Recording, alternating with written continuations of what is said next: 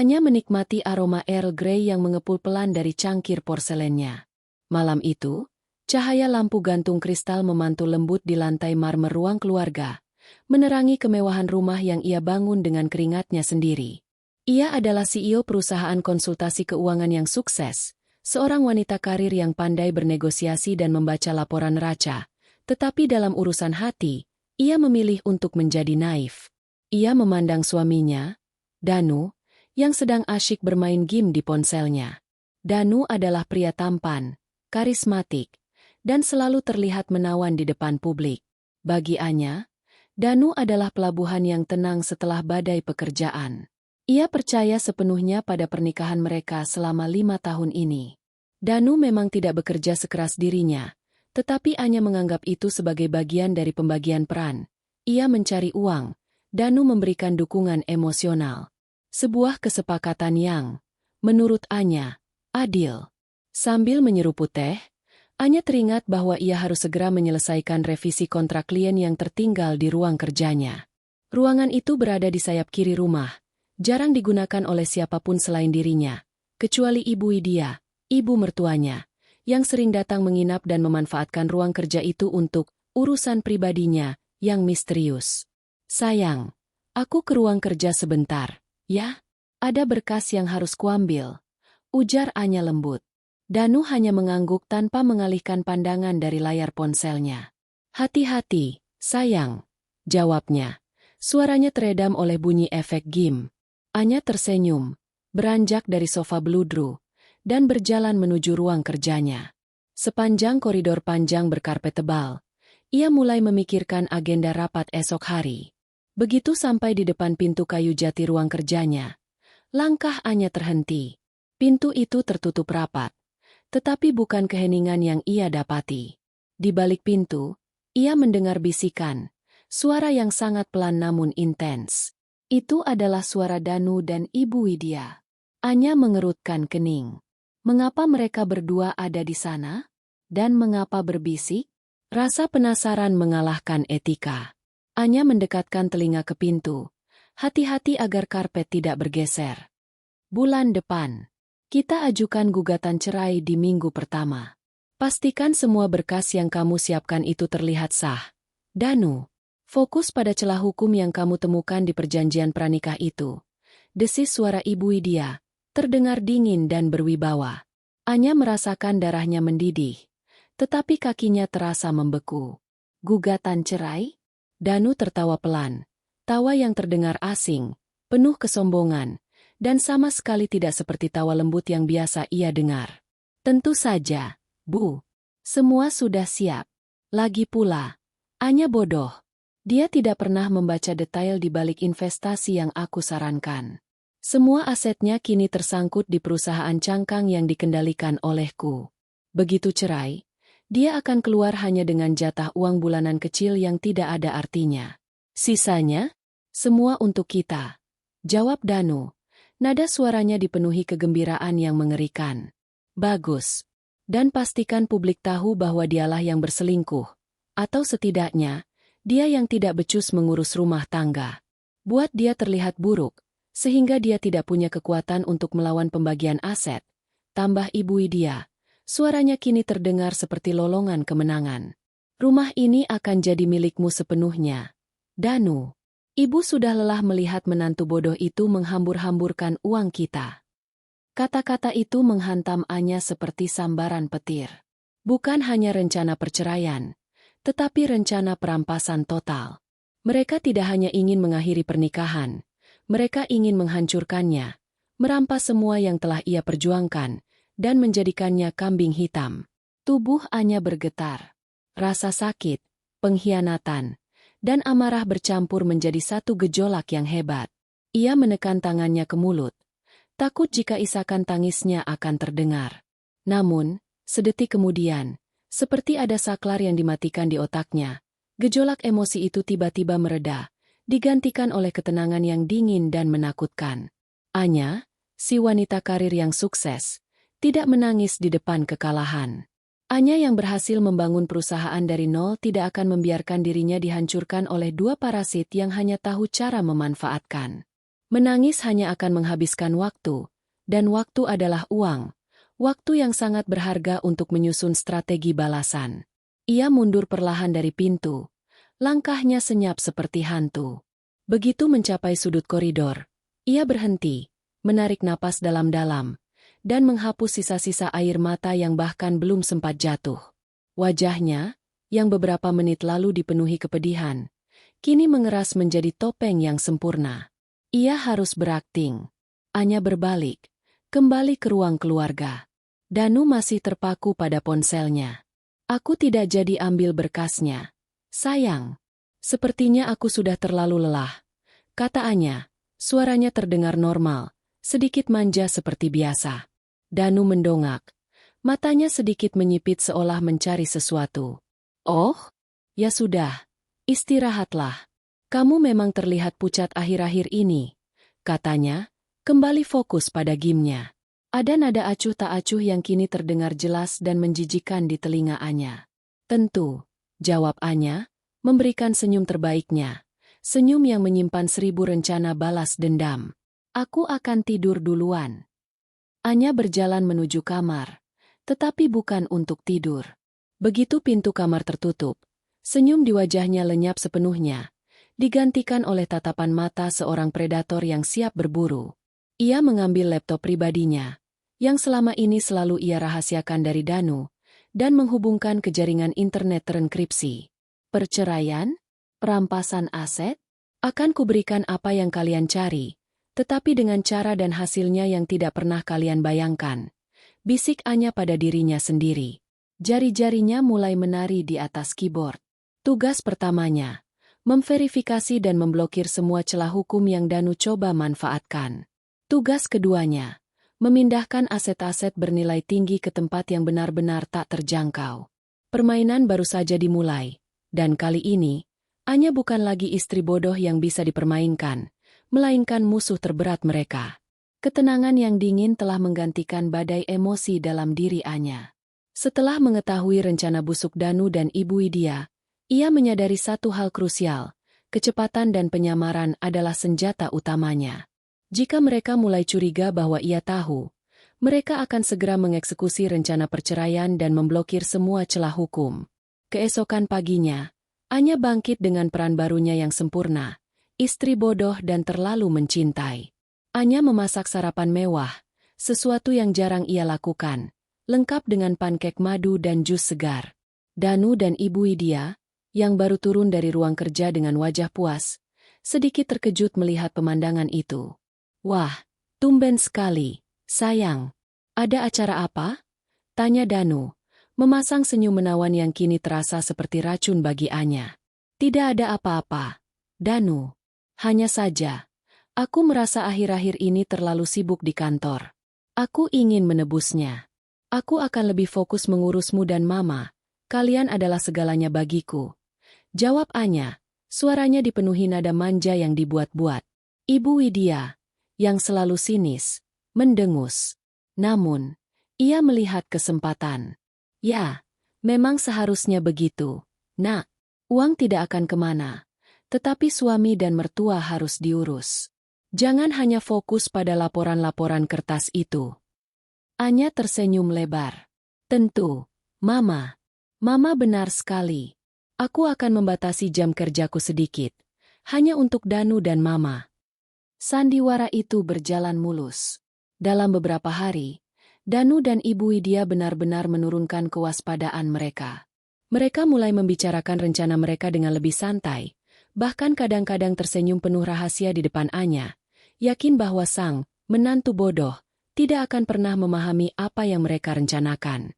Namun, di balik penampilannya yang sibuk memilih perabot baru atau merencanakan menu makan malam, pikiran Anya bekerja secepat superkomputer. Sebagai CEO perusahaan konsultan keuangan, ia tahu setiap celah dan kerentanan dalam sistem keuangan. Malam harinya, setelah Danu tertidur lelap, Anya memulai operasi pengumpulan bukti. Target pertamanya adalah laptop Danu, yang biasanya ia kunci dengan sidik jari. Anya tahu Danu seringkali menggunakan sidik jarinya untuk membuka perangkat saat ia tidur. Dengan hati-hati, Ia mengambil tangan Danu yang terkulai dan menekankan ibu jarinya ke sensor sidik jari. Dalam hitungan detik, layar menyala. Anya masuk ke folder tersembunyi. Benar saja, ia menemukan draft dokumen perceraian yang telah disiapkan Danu. Danu berniat menuduhnya kelalaian dalam rumah tangga dan ketidakmampuan mengelola emosi, yang semuanya adalah kebohongan. Lebih parah lagi, ia menemukan berkas-berkas investasi perusahaan cangkang. Dalam percakapan yang ia dengar, Danu menyebut bahwa aset Anya tersangkut di perusahaan cangkang. Anya kini melihat buktinya. Dokumen transfer saham bernilai miliaran rupiah ke dalam perusahaan bernama PT Sinar Harapan Abadi, sebuah entitas yang secara hukum dikendalikan oleh Danu, meskipun modal awalnya berasal dari Anya. Danu telah memanipulasi laporan keuangan agar Anya tidak curiga. Ia mencetak semua dokumen itu, menyimpannya dalam flash drive terenkripsi, dan menghapus jejak digitalnya. Keesokan harinya, sambil berpura-pura pergi ke salon, Anya menuju ke tempat tujuannya yang sebenarnya, kantor pengacaranya, Rio Sasmita. Rio adalah seorang ahli hukum korporat yang telah menangani semua urusan bisnis Anya selama bertahun-tahun. Pertemuan itu dilakukan di sebuah kafe terpencil, jauh dari pusat kota.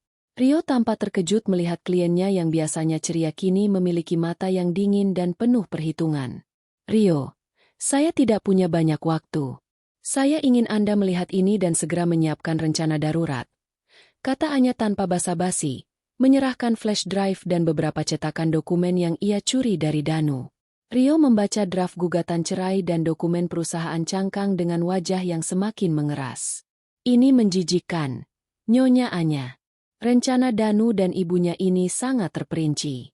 Mereka menggunakan perjanjian pranikah Anda dan klausa investasi yang ambigu untuk menjebak Anda. Jika Anda tidak tahu, dalam 2 minggu, Anda bisa kehilangan setidaknya 80% dari kekayaan Anda. Anya menyandarkan punggungnya di kursi, membiarkan Rio mencerna informasi tersebut. Saya tahu, dan saya tidak akan membiarkan itu terjadi. Tugas Anda bukan untuk membela saya di pengadilan. Belum. Tugas Anda adalah memastikan Danu dan ibunya tidak mendapatkan apa-apa. Bahkan debu pun tidak. Ia kemudian menjabarkan strategi balasan cepatnya. Danu mengira aset saya tersangkut di PT Sinar Harapan Abadi. Besok, saya ingin Anda segera mengajukan pembubaran perusahaan itu. Rio, gunakan klausa, kegagalan mencapai target operasional, yang saya tambahkan di menit terakhir perjanjian dasar perusahaan. Saya juga ingin Anda mengurus pengalihan semua aset likuid dari rekening bersama ke rekening Yayasan Amal yang baru saya dirikan, atas nama anonim. Rio menatap Anya, terkesima. Ia tidak melihat istri bodoh yang Danu bayangkan, melainkan seorang ahli strategi yang kejam. Nyonya Anya, pembubaran perusahaan itu akan memerlukan waktu beberapa hari, tetapi jika kita bergerak cepat, kita bisa menguras asetnya sebelum mereka menyadari likuidasi ini. Bagus. Dan hal terakhir, kata Anya, mencondongkan tubuh ke depan, matanya berkilat tajam. Saya ingin Anda menyiapkan semua dokumen penjualan rumah. Cari pembeli secepat mungkin. Saya tidak peduli berapa kerugiannya. Saya ingin rumah itu terjual dalam waktu kurang dari 5 hari. Rio mengangguk, menyadari bahwa ia sedang bekerja dengan seorang jenius di bawah tekanan. Tentu, Nyonya Anya. Saya akan kerahkan tim terbaik saya. Pertunjukan sudah dimulai. Anya tersenyum tipis. Pertunjukan memang sudah dimulai, dan ia akan menjadi aktris utama yang mengakhiri drama ini dengan sempurna. Ia kembali ke rumah sore itu, membawa sekantong tas belanja dari butik mahal sebagai pengalih perhatian. Danu menyambutnya dengan malas. Lama sekali, sayang. Hanya untuk belanja. Anya mencium pipinya dan memeluknya manja. Iya dong, kan ini uangku sendiri, Danu. Aku ingin membuatmu bahagia. Aku bahkan membelikan Ibu Widya gaun sutra yang cantik. Danu tertawa, benar-benar yakin bahwa Anya adalah boneka yang bisa ia kendalikan. Dia tidak tahu, di balik senyum itu, aset terakhir mereka sedang dalam proses likuidasi. Anya kini siap memasuki bab 3, operasi pemindahan aset senyap. 987 kata. Anya bekerja secepat cahaya, mengandalkan jaringan profesionalnya yang loyal dan kemampuannya membaca pasar keuangan. Hari-hari berikutnya adalah kabut yang sibuk, dipenuhi panggilan telepon rahasia dan pertemuan tersembunyi yang disamarkan sebagai janji temu klien atau sesi yoga yang panjang. Sandiwara di rumah semakin intens. Anya berpura-pura sangat tertarik pada urusan rumah tangga. Ia bertanya pada Ibu Widya tentang resep kue warisan keluarga dan meminta Danu untuk menemaninya memilih karpet baru, yang semuanya ia lakukan untuk mengalihkan perhatian dari gerakan finansialnya. Setiap kali Danu atau Ibu Widya tertawa penuh kemenangan atas kebodohan yang mereka lihat, Anya hanya tersenyum dalam hati, tahu bahwa setiap detik yang mereka habiskan untuk meremehkannya adalah detik yang ia gunakan untuk melucuti harta mereka. Prioritas pertama Anya adalah PT Sinar Harapan Abadi, perusahaan cangkang yang digunakan Danu untuk menahan sebagian besar saham dan aset Anya. Sesuai instruksi Anya, Rio, sang pengacara, bergerak cepat. Rio menggunakan klausa, kegagalan mencapai target operasional, yang secara cerdik disisipkan Anya dalam perjanjian awal perusahaan. Hanya dalam waktu 48 jam, sebuah rapat direksi darurat diadakan, yang Danu, sebagai pemegang saham pasif, sama sekali tidak tahu-menahu. Dengan bukti kinerja yang dimanipulasi oleh Danu sendiri, Rio berhasil mengajukan likuidasi mendesak. Seluruh aset yang dikendalikan oleh PT Sinar Harapan Abadi, yang bernilai puluhan miliar, segera dialihkan kembali ke nama Anya melalui proses pembelian kembali saham dengan harga nominal, sebuah manuver hukum yang sangat cerdik. Danu masih melihat nama PT Sinar Harapan Abadi di laporan keuangannya. Tetapi ia tidak tahu bahwa perusahaan itu kini hanyalah cangkang kosong, semua isinya sudah kembali ke kantong Anya. Selanjutnya adalah rekening likuid. Danu dan Anya memiliki 5 rekening bank bersama.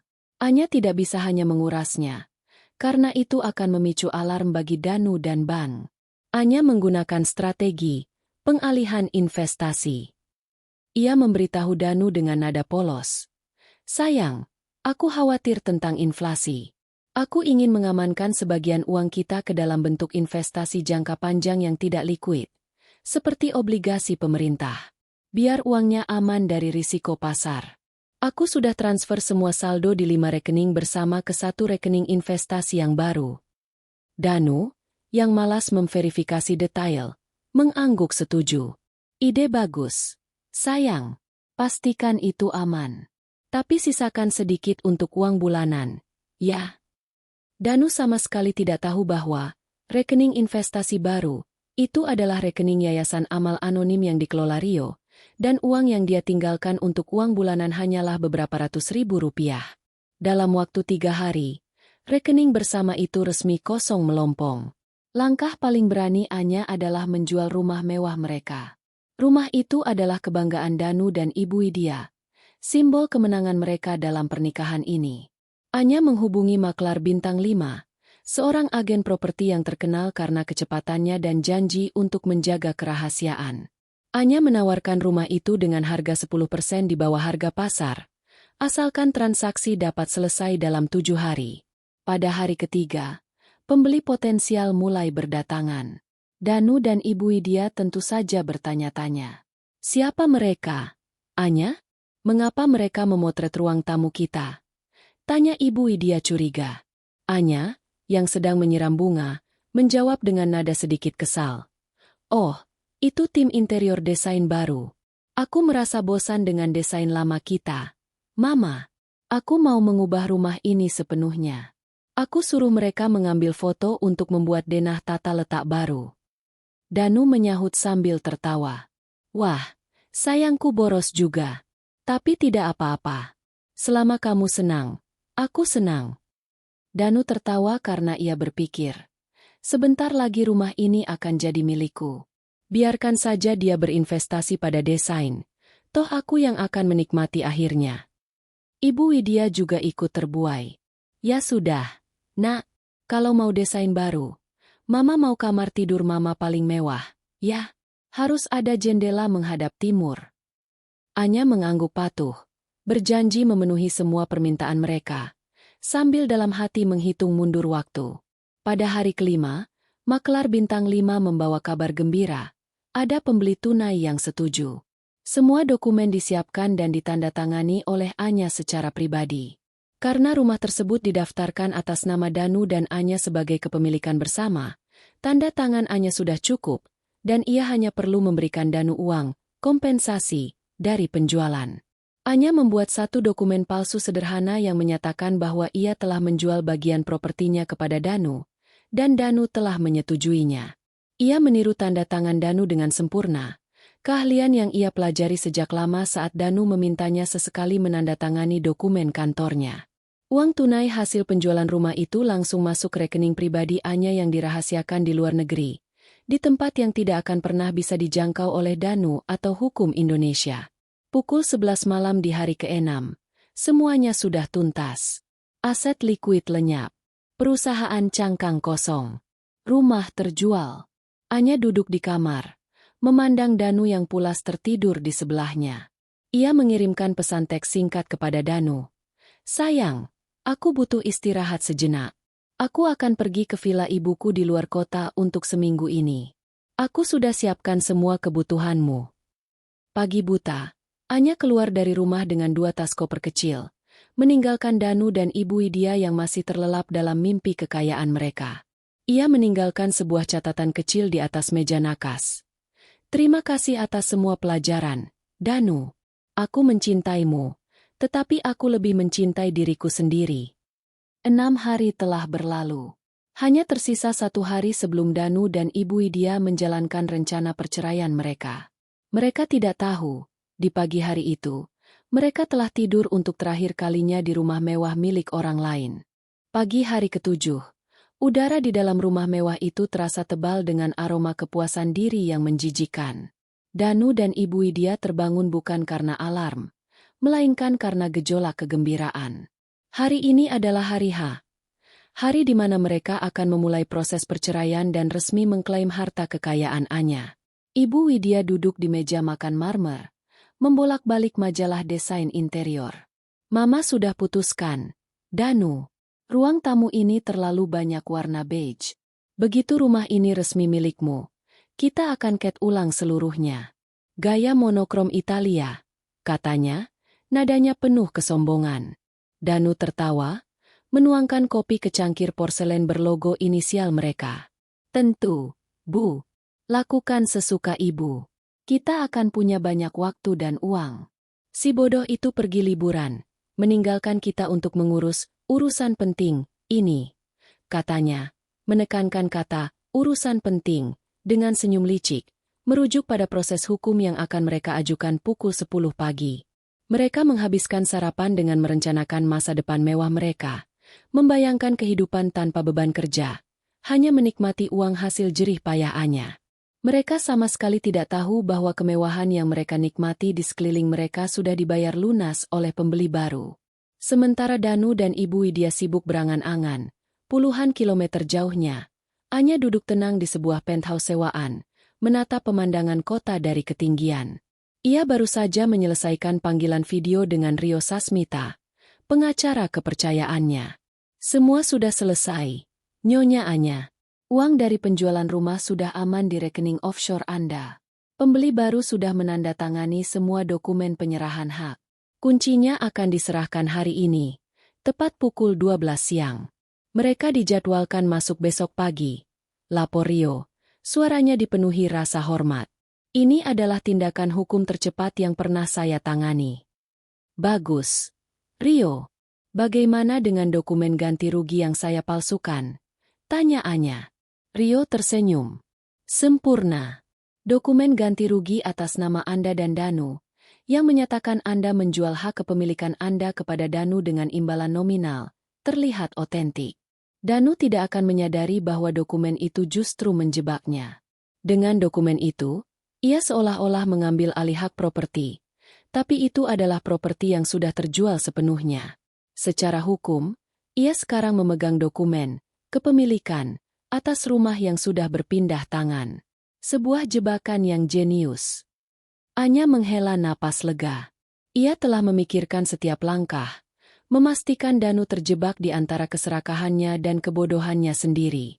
Danu mengira ia telah membeli rumah dari Anya dengan harga murah. Danu tidak tahu bahwa harga sebenarnya adalah kehancuran total. Pada sore hari itu, Danu merasakan sedikit keanehan. Ia menerima pemberitahuan dari bank bahwa 5 rekening bersama mereka telah ditutup. Ia sempat panik, tetapi ia ingat kata-kata Anya sebelumnya, pengalihan investasi jangka panjang. Dasar wanita cerewet. Dia serius melakukan investasi obligasi itu. Gumam Danu, menenangkan diri. Dia yakin uangnya aman di holding perusahaan cangkang. Dia sama sekali tidak tahu bahwa PT Sinar Harapan Abadi sudah dilikuidasi total dan hanya menjadi perusahaan fiktif di atas kertas. Malam itu adalah perayaan terakhir mereka. Danu dan Ibu Widya minum anggur termahal, merayakan nasib baik yang akan segera mereka raih. Mereka bahkan tidak repot-repot menelepon Anya. Dia memang bodoh. Tapi kebodohannya membuat kita kaya, Bu, kata Danu sambil tertawa terbahak-bahak. Tiba-tiba, Danu menerima pemberitahuan pesan di ponselnya, bukan dari Anya, melainkan dari nomor tidak dikenal. Danu membuka pesan tersebut, dan tawa di wajahnya membeku seketika. Pesan dari Anya. Cintaku, aku tahu bulan depan kamu akan menceraikanku. Aku tahu semua tentang rencana perceraian dan perampasan aset. Tapi kamu lupa, sebelum menikah, kakek memberiku satu hak istimewa. Akses penuh ke semua aset warisan keluarga yang dikendalikan olehnya. Hak istimewa itu juga memungkinkan aku membatalkan hak waris siapapun yang terbukti berbuat curang padaku. Aku telah menggunakan hak itu. Semua warisan keluarga, yang selama ini kamu impikan, kini berada di tangan orang lain. Kamu tidak akan pernah mendapatkannya. Nikmati malam terakhirmu di rumah ini. Danu membaca pesan itu. Wajahnya pucat pasi. Ia segera menunjukkan pesan itu pada Ibu Widya. Apa-apaan ini, Danu? Warisan kakek. Itu kan jumlah yang jauh lebih besar dari kekayaan Anya, jerit Ibu Widya. Rasa rakus mereka langsung berbalik menjadi ketakutan. Ini pasti gertakan, Bu. Dia hanya mencoba menakut-nakuti kita. Warisan itu tidak mungkin bisa dia sentuh. Dia hanya istri luar, kata Danu, mencoba meyakinkan dirinya sendiri, meskipun tangannya gemetar. Mereka panik dan menghabiskan sisa malam itu dengan mencoba menghubungi pengacara warisan kakek. Usaha mereka sia-sia. Mereka gagal menyadari bahwa di balik kebohongan tentang warisan, kebenaran yang jauh lebih besar dan menghancurkan sedang menunggu mereka di pagi hari. Mereka tidak tahu bahwa pesan itu hanyalah pengalihan.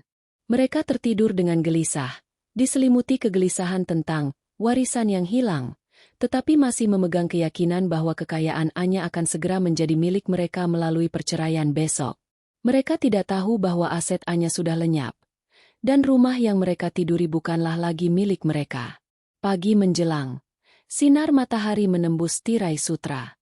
Danu terbangun, kegelisahan itu masih ada, tetapi kegembiraan tentang pertemuan pengacara pukul 10 pagi lebih dominan.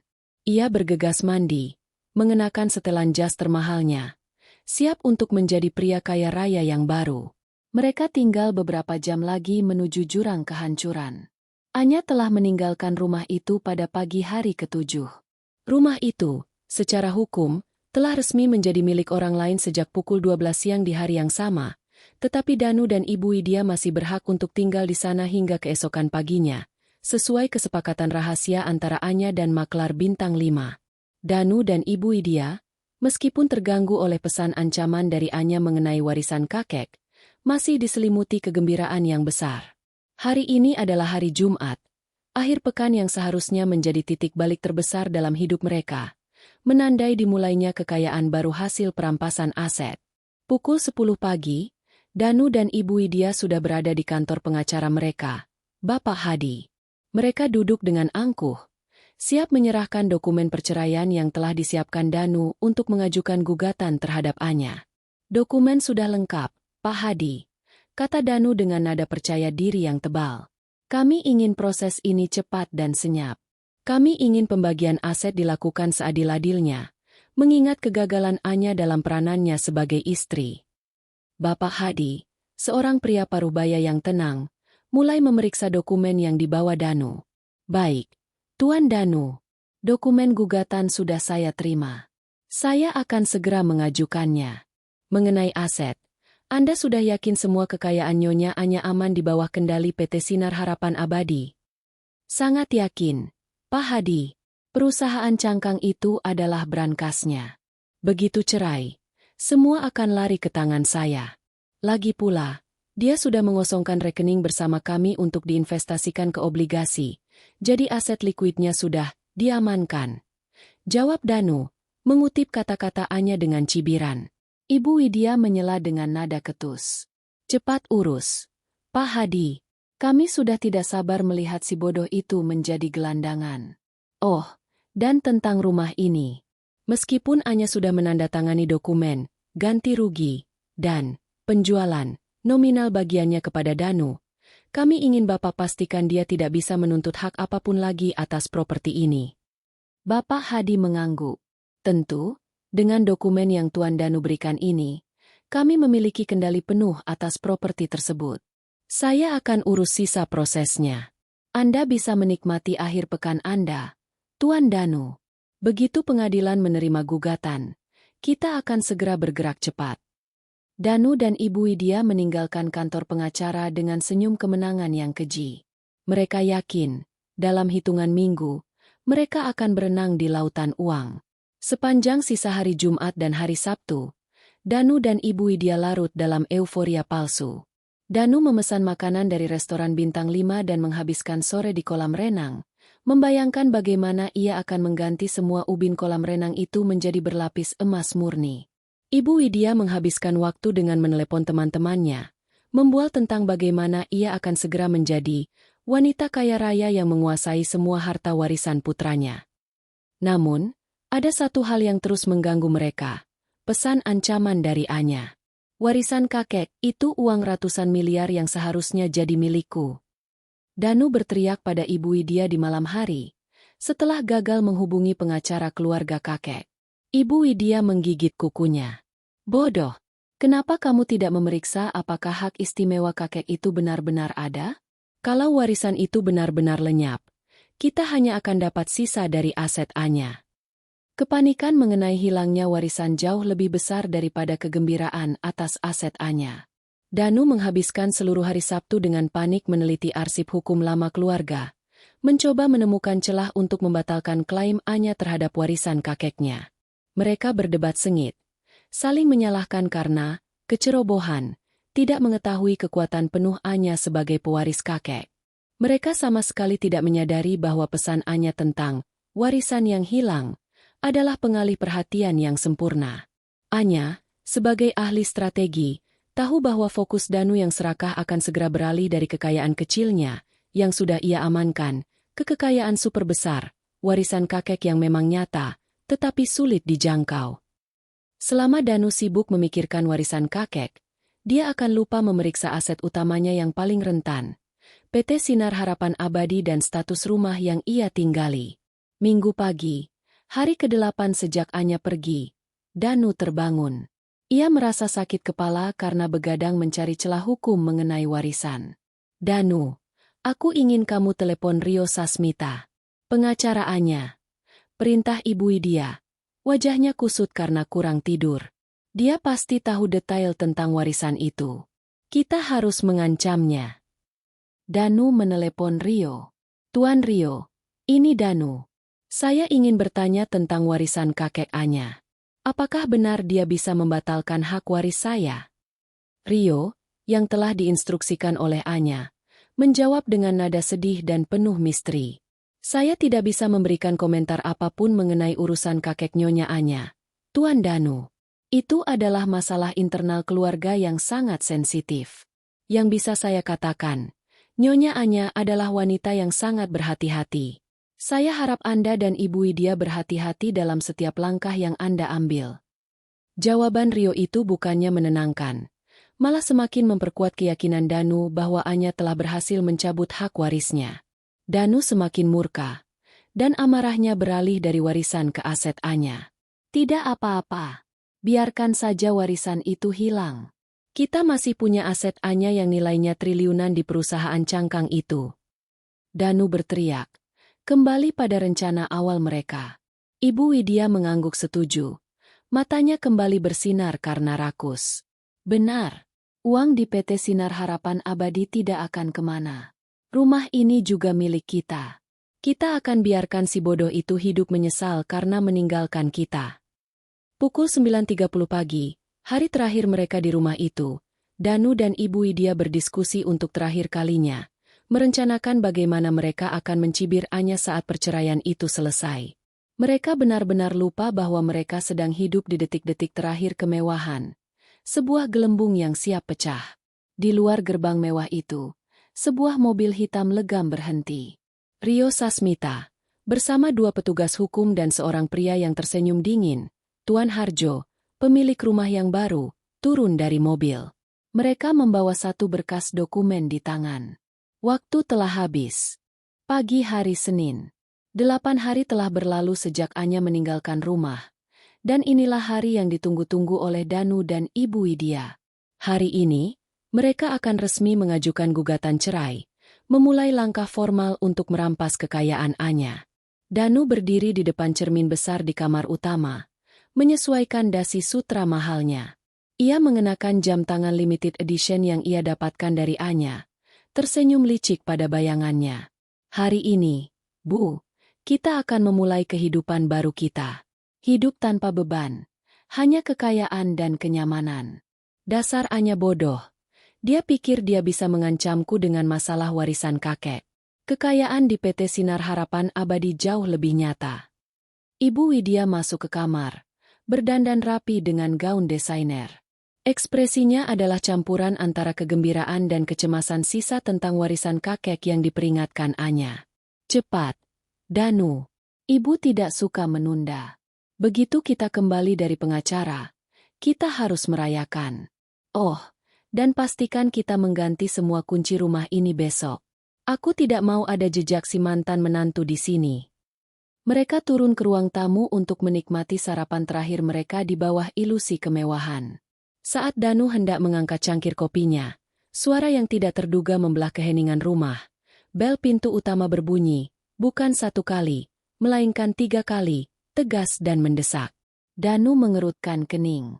Siapa itu sepagi ini? Pasti kurir. Aku sudah bilang pada asisten, jangan ada paket masuk hari ini. Ia berjalan menuju pintu, menduga yang datang hanyalah petugas pengiriman biasa. Ia membuka pintu dengan raut wajah kesal, tetapi ekspresinya membeku seketika. Di depan gerbang berdiri Rio Sasmita, pengacara Anya, dengan tatapan formal dan dingin.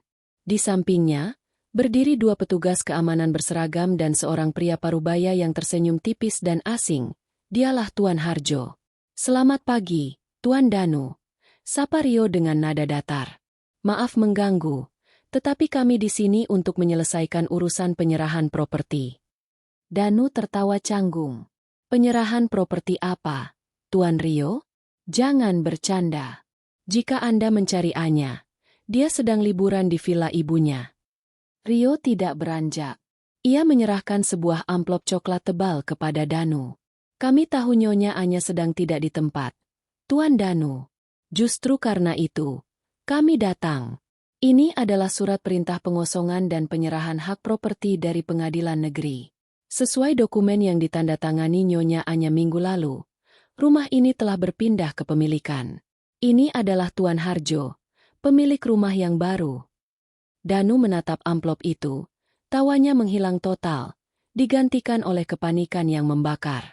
Ia buru-buru membuka dokumen itu. Matanya melirik cepat pada stempel dan tanda tangan yang sah. Apa-apaan ini? Ini tidak mungkin, teriak Danu. Suaranya naik 1 oktav. Ibu Widya berlari mendekat. Wajahnya pucat. Dia berbohong. Rumah ini milik kami. Aku sudah membeli bagian Anya dengan dokumen ganti rugi. Aku memegang bukti kepemilikan. Danu menunjuk ke dalam rumah. Tangannya gemetar. Rio mendengus. Dokumen yang Anda pegang adalah dokumen palsu yang Anda buat dan palsukan sendiri, Tuan Danu. Dokumen yang kami pegang adalah akta jual beli yang sah dan telah diverifikasi oleh Badan Pertanahan Nasional. Ditandatangani oleh Nyonya Anya sebagai salah satu pemilik sah dan diserahkan secara tunai kepada Tuan Harjo pada hari Jumat lalu. Jadi kau sudah tahu. Kau berkhianat, Rio. Danu berteriak, maju selangkah hendak menerjang, tetapi petugas keamanan segera menahan tubuhnya. Ibu Widya menjerit histeris. Tidak, jangan sentuh anakku. Kami tidak akan pergi. Ini rumah kami. Mana si Jalang itu? Mana Anya? Dia tidak mungkin setega ini. Tuan Harjo, pemilik rumah baru, akhirnya berbicara. Tuan dan Nyonya, saya telah bersabar. Saya membeli rumah ini secara legal. Nyonya Anya meminta saya menunda penyerahan kunci hingga pagi ini. Saya berhak masuk dan menempati properti saya sekarang juga. Jika Anda tidak mengosongkannya dalam 10 menit, saya terpaksa harus menggunakan tindakan keras. Kepala Danu terasa berputar. Rumahnya, rumah kebanggaannya hilang? Dalam kepanikan yang luar biasa, Danu teringat aset terbesar mereka. Tidak masalah. Rumah ini hanya sebagian kecil.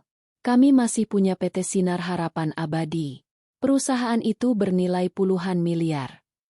Danu berteriak, meraih ponselnya.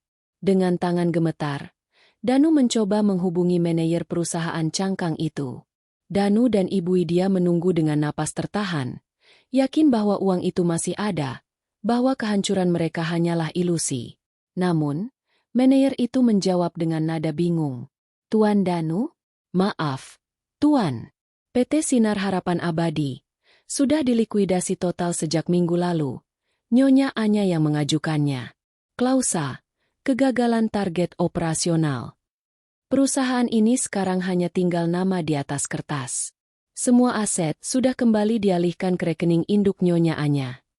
Ponsel itu terlepas dari tangan Danu, jatuh ke lantai marmer dengan bunyi keras yang memecah kesunyian.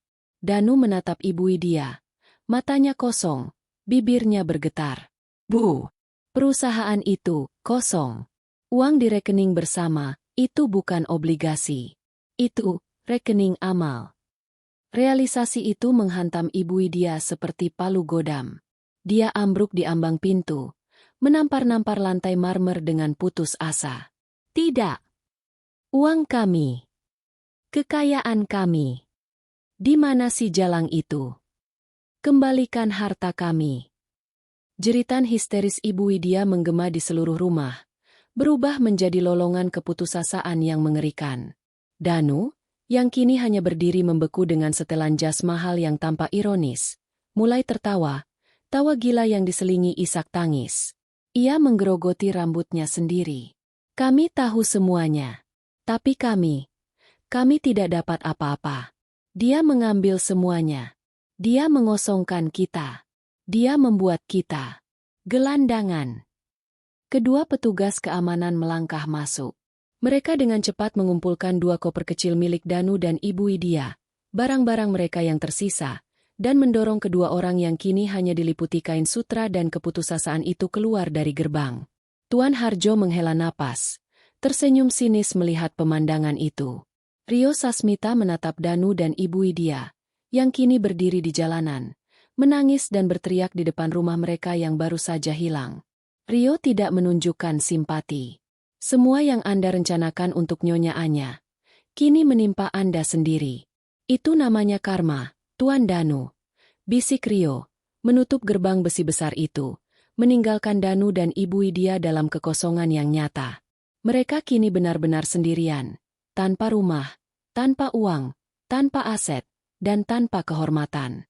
989 kata. Jeritan histeris Ibu Widya dan tawa gila Danu di depan gerbang besi yang tertutup segera mereda, digantikan oleh keheningan mematikan. Mereka didorong ke jalanan, hanya bermodalkan koper kecil yang berisi pakaian dan beberapa perhiasan murah yang sempat mereka selamatkan. Setelan jas mahal Danu dan gaun desainer Ibu Widya kini terlihat konyol di bawah terik matahari pagi. Mereka bukan lagi penghuni rumah itu.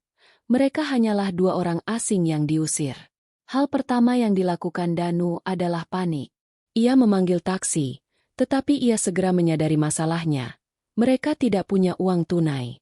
Kartu kreditnya, yang terhubung ke rekening bersama yang dikosongkan Anya, sudah ditolak. Sialan, aku akan ke bank. Kita harus menemui manajer bank dan membuktikan bahwa kita adalah korban perampokan. Teriak Danu, mencoba menghentikan mobil yang melintas. Mereka berjalan kaki menyusuri trotoar, kepanasan dan kelelahan, menuju bank tempat Danu menyimpan sebagian besar asetnya. Ibu Widya, yang tidak pernah berjalan kaki lebih dari 100 meter seumur hidupnya, mulai mengeluh dan menangis. Setibanya di bank, Danu meminta bertemu manajer. Namun, yang ia dapatkan hanyalah kenyataan pahit. Manajer bank, dengan nada menyesal namun tegas, menjelaskan bahwa semua rekening bersama telah ditutup dan dananya dialihkan sesuai otorisasi penuh yang diberikan oleh Nyonya Anya kepada pihak ketiga yang sah, Yayasan Amal. Dan rekening pribadi saya, bagaimana dengan rekening pribadi saya? Tanya Danu, menggenggam kerah manajer bank. Manajer itu dengan hati-hati menarik diri. Tuan Danu, sesuai laporan terakhir, saldo rekening pribadi Anda hanya tersisa Rp270.000. Anda tidak memiliki aset berharga lain di bank ini. Dunia Danu runtuh. Ia selalu yakin bahwa kekayaan Anya yang tak terbatas adalah jaminan keselamatannya. Dia tidak pernah benar-benar bekerja, hidup dari uang Anya dan merencanakan bagaimana ia akan memonopoli sisa kekayaan itu. Kini, ia hanya memiliki uang yang bahkan tidak cukup untuk menyewa kamar hotel 1 malam. Ibu Widya, yang mendengarkan dari belakang, menjerit lagi. Anakku, wanita sialan itu membuat kita menjadi orang miskin. Dia tahu semua yang kita rencanakan. Mereka diusir dari bank karena membuat keributan. Matahari mulai tenggelam. Danu dan Ibu Widya, yang kelaparan dan kehausan, berakhir di sebuah taman kota yang ramai. Mereka duduk di bangku taman, mencoba terlihat berkelas di tengah pakaian yang mulai kusut dan bau keringat. Mereka mulai menyalahkan satu sama lain. Ini semua salahmu, Danu. Kenapa kamu begitu bodoh percaya bahwa dia akan membiarkan aset perusahaannya aman? Kamu harusnya memeriksa PT Sinar Harapan Abadi itu. Ibu Widya menuding putranya dengan jari gemetar. Ibu yang mendesakku untuk berakting pura-pura cinta padanya. Ibu yang menyarankan rencana perceraian yang konyol ini. Dia tahu semua celah kita karena kita berdua terlalu terbuka. Balas Danu, suaranya serak. Kebiasaan mewah mereka kini menjadi beban. Mereka lapar, tetapi tidak bisa makan di warung pinggir jalan karena gengsi, dan mereka tidak punya uang untuk restoran. Akhirnya, Danu menjual jam tangannya yang tersisa kepada seorang pedagang kaki lima dengan harga 1/10 dari harga aslinya, hanya untuk membeli sebungkus nasi bungkus yang mereka lahap dengan cepat di sudut taman. Malam itu, mereka terpaksa tidur di bawah atap teras toko yang tutup. Nyamuk menyerang, dingin menusuk kulit, dan suara kendaraan yang bising membuat tidur mereka jauh dari nyaman. Bagi Ibu Widya, yang terbiasa tidur di kasur sutra dengan pendingin ruangan, pengalaman ini adalah siksaan. 3 hari berlalu. Danu dan Ibu Widya kini telah menjadi gelandangan sejati. Mereka menjual hampir semua barang tersisa mereka, termasuk perhiasan yang Ibu Widya simpan, hanya untuk makan. Mereka menyadari, tanpa keahlian kerja nyata dan reputasi yang hancur, tidak ada yang mau membantu mereka. Semua teman yang pernah mereka manfaatkan atau remehkan kini menjauhi mereka. Danu, yang hanya lulus kuliah berkat uang Anya, tidak memiliki keahlian praktis. Ia mencoba melamar pekerjaan kasar di sebuah bengkel, tetapi ia hanya bertahan 1 jam karena ia tidak terbiasa dengan pekerjaan fisik yang berat. Ibu Widya mencoba menjual barang dagangan kecil di pasar, tetapi kesombongan dan kemalasannya membuatnya diusir oleh pedagang lain. Aku tidak bisa begini, Bu. Kita harus menemukan Anya, bisik Danu di suatu malam, sambil meringkuk di sudut pasar yang gelap. Bagaimana caranya, Danu? Dia sudah pasti pindah ke suatu tempat yang tidak bisa kita sentuh. Dia sekarang adalah wanita yang bebas, kaya raya, dan sedang menertawakan kita. Ibu Widya menangis. Kenyataan pahit itu adalah pukulan telak. Anya tidak hanya mengambil uang mereka, Anya mengambil identitas mereka, kehormatan mereka, dan masa depan mereka. Mereka kini adalah orang-orang tanpa akar, dipaksa menghadapi dunia yang kejam yang selama ini mereka manfaatkan. Danu memejamkan mata. Wajahnya kotor dan janggutnya tumbuh tak terurus. Ia mulai menyesali rencana busuk itu, bukan karena ia merasa bersalah, tetapi karena ia telah meremehkan kecerdasan Anya. Ia telah menggali lubang untuk Anya, tetapi ia dan ibunya yang jatuh ke dalamnya. Pada saat Danu dan Ibu Widya mencapai titik terendah dalam keputusasaan, mereka tidak tahu bahwa mata Anya yang dingin sedang mengawasi mereka dari kejauhan. Anya telah memberi mereka waktu untuk merasakan neraka yang telah mereka rancang. Dan kini, Bab 8, Bayangan dari Masa Lalu, sudah siap. 2 minggu telah berlalu sejak Danu dan Ibu Widya menjadi gelandangan. Anya, selama waktu itu, tidak diam. Ia telah menyelesaikan seluruh urusan administrasi aset dan menggunakan waktu jedanya untuk bertransformasi total. Rambutnya dipotong pendek, menawan, dan matanya kini memancarkan ketegasan yang tak terbantahkan. Ia telah berganti mobil, dan pakaiannya mencerminkan keanggunan seorang wanita yang benar-benar independen, bukan lagi istri yang lembut, melainkan seorang CEO yang kejam. Anya menyewa seorang penyelidik swasta yang tugasnya sangat sederhana, memastikan Danu dan Ibu Widya tidak mati, tetapi menderita. Penyelidik itu melaporkan bahwa mereka berdua berkeliaran di sekitar pusat kota, mencari sisa makanan, dan tidur di bawah jembatan layang. Ibu Widya semakin kurus, sementara Danu, yang fisiknya lebih kuat, berusaha mencari pekerjaan serabutan namun selalu gagal karena sifatnya yang sombong dan malas. Pembalasan Anya tidak hanya terletak pada aset, tetapi juga pada psikologis. Ia ingin mereka melihatnya, menyaksikan apa yang telah mereka hilangkan, dan merasakan sakit dari kehilangan total. Sore itu, di hari ke-15 sejak ia pergi, Anya memutuskan untuk melakukan kunjungan. Ia mengemudi mobil barunya, sebuah mobil mewah nan elegan yang kontras dengan kehidupan sebelumnya yang lebih mencolok, menuju kawasan pasar lama tempat penyelidik melaporkan keberadaan mereka. Ia memarkir mobilnya agak jauh, mengenakan kacamata hitam besar, dan berjalan perlahan menuju kolong jembatan yang kumuh. Bau busuk, sampah, dan kelembapan menyambutnya. Anya menemukan mereka. Danu dan Ibu Widya sedang meringkuk di balik tumpukan kardus bekas. Pakaian mereka kotor, wajah Danu ditumbuhi janggut tebal, dan rambut Ibu Widya terlihat berminyak dan acak-acakan. Mereka tampak jauh lebih tua dari usia sebenarnya. Mereka tampak sedang berdebat pelan tentang pembagian sebungkus roti basi. Anya berdiri diam, mengawasi. Tidak ada sedikit pun rasa kasihan di hatinya. Rasa sakit yang ia rasakan saat mendengar bisikan pengkhianatan di balik pintu itu kini berbalik 10 kali lipat. Anya melepas kacamata hitamnya dan berjalan mendekat. Langkah kakinya yang mengenakan stiletto mahal berbunyi nyaring di atas beton yang kotor. Mereka berdua mendongak, terkejut melihat sepasang kaki bersih berhenti di hadapan mereka. Danu mendongak lebih dulu. Matanya yang cekung membelalak. Anya? Bisiknya. Suaranya serak dan nyaris tidak terdengar.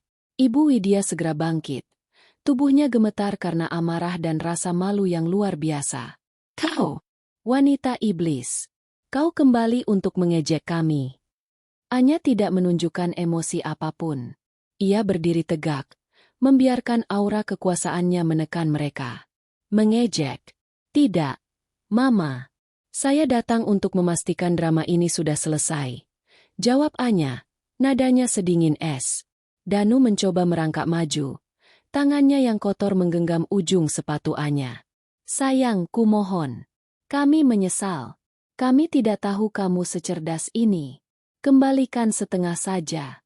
Setengah dari harta itu. Dan aku janji akan mencintaimu selamanya. Anya menarik kakinya dengan jijik. Cinta? Kamu tidak pernah tahu arti kata itu. Danu, kamu hanya tahu arti kata ambil dan rampas. Dan saya? Saya hanya mengambil kembali apa yang selama ini saya miliki dan saya perjuangkan. Ibu Widya menunjuk wajah Anya. Dasar wanita tidak punya hati. Kami keluargamu. Kami akan melaporkanmu. Kau mencuri dari suamimu sendiri. Kami akan pastikan kau dipenjara dan kami mendapatkan kembali rumah kami. Anya tersenyum tipis. Senyum yang sama yang ia berikan pada Danu di ruang keluarga seminggu yang lalu. Itu adalah senyum predator. Penjara? Mama lupa. Saya tidak hanya meninggalkan kalian tanpa uang.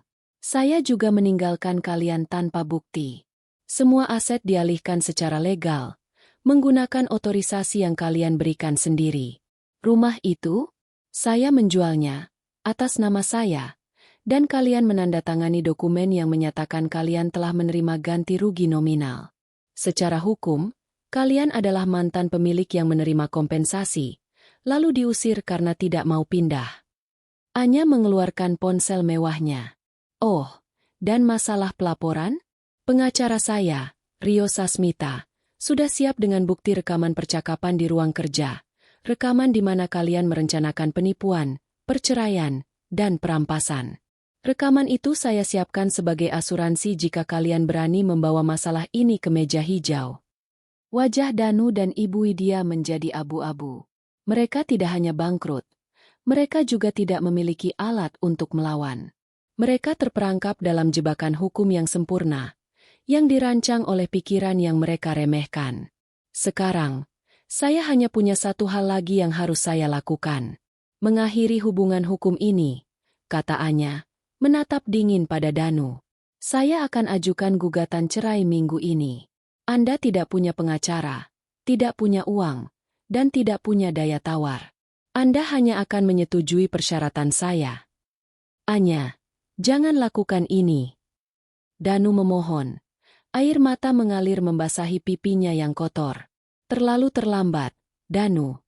Jawab Anya, suaranya tegas. Kalian ingin saya menjadi gelandangan, dan saya hanya membalikkan keadaan. Kalianlah yang kini mendapatkan hasil dari kebusukan kalian. Saya harap kalian menikmatinya. Ini adalah pembalasan yang sempurna. Anya memakai kembali kacamata hitamnya, memalingkan wajah, dan berjalan menjauh. Ia tidak menoleh ke belakang, meskipun ia bisa mendengar tangisan putus asa dan lolongan marah yang datang dari kolong jembatan.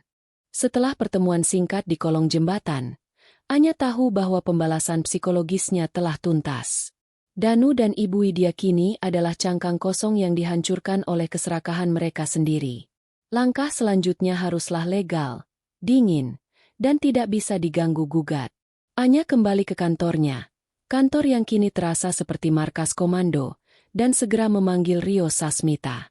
Rio, gugat cerai sekarang. Saya ingin sidang pertama diadakan secepatnya. Jangan beri Danu waktu untuk berpikir atau mencari pengacara baru. Perintah Anya, duduk di kursinya dengan tatapan tajam. Baik, Nyonya Anya.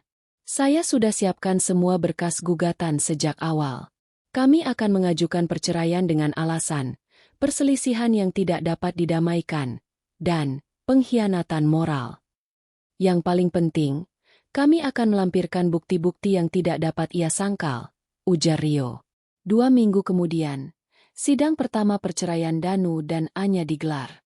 Danu dan Ibu Widya tiba di pengadilan dalam kondisi yang memprihatinkan. Danu mengenakan setelan jas kotor yang sudah ia pakai selama berminggu-minggu, dan Ibu Widya menggunakan gaun lusuh yang tidak cocok dengan aura mewah yang pernah ia miliki. Mereka tidak punya pengacara. Tidak ada firma hukum yang mau menerima kasus mereka karena reputasi Danu yang sudah hancur dan rumor kebangkrutan total mereka.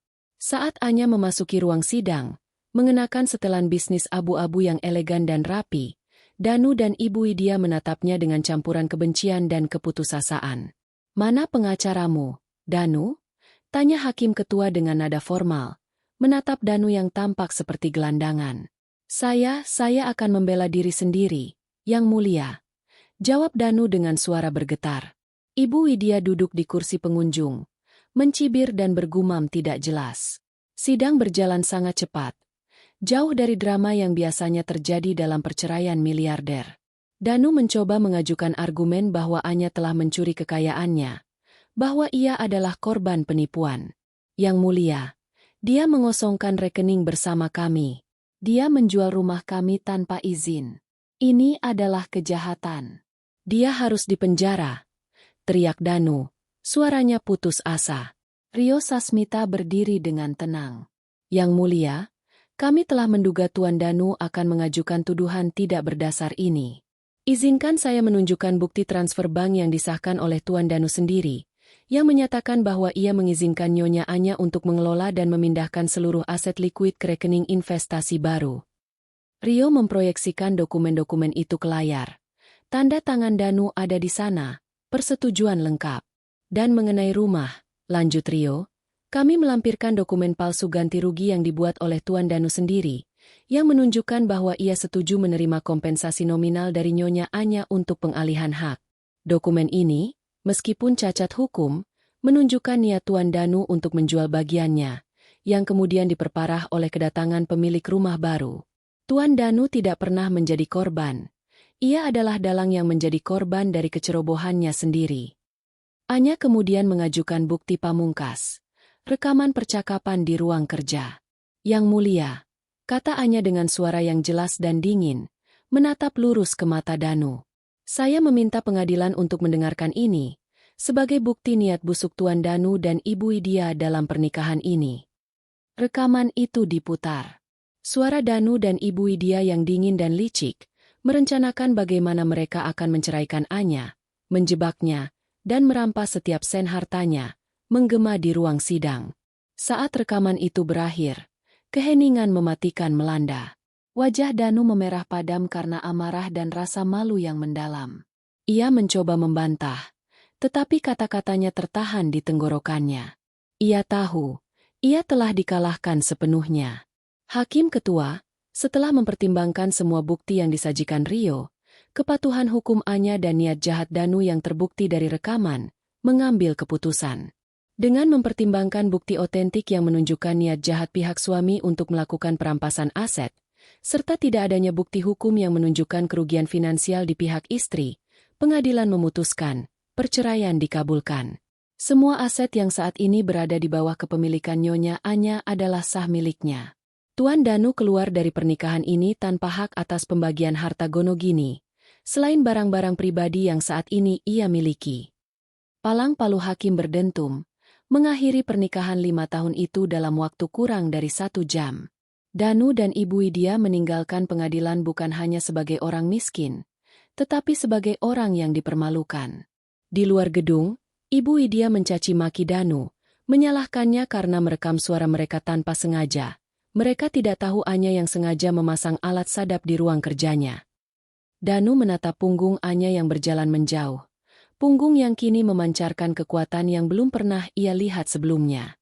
Ia menyadari, ia tidak menikahi seorang istri, melainkan seekor naga yang tertidur.